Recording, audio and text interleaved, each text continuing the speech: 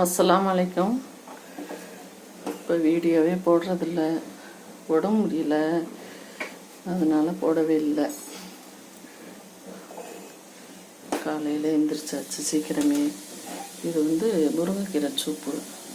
முட்டி வலிக்கும் போதிலே பார்க்காம விட்டாச்சு. இப்போ என்ன சாப்பிட்டா நல்லா இருக்கும், சௌரியமாகும்ன்றதுக்காண்டி ஒன்றா செஞ்சு சாப்பிட்டுக்கிட்டு இருக்கேன். முருங்கைக்கீரை சூப்பு. இது உளுந்தங்களி.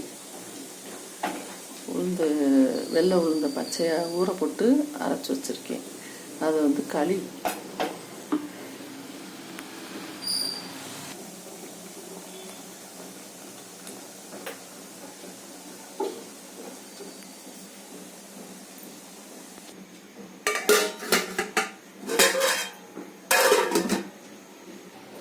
உளுந்தங்களி ரெடி ஆயிடுச்சு. இதில் நல்லெண்ணெய் ஊற்றி நாட்டு சக்கரை போட்டு சாப்பிடணும்.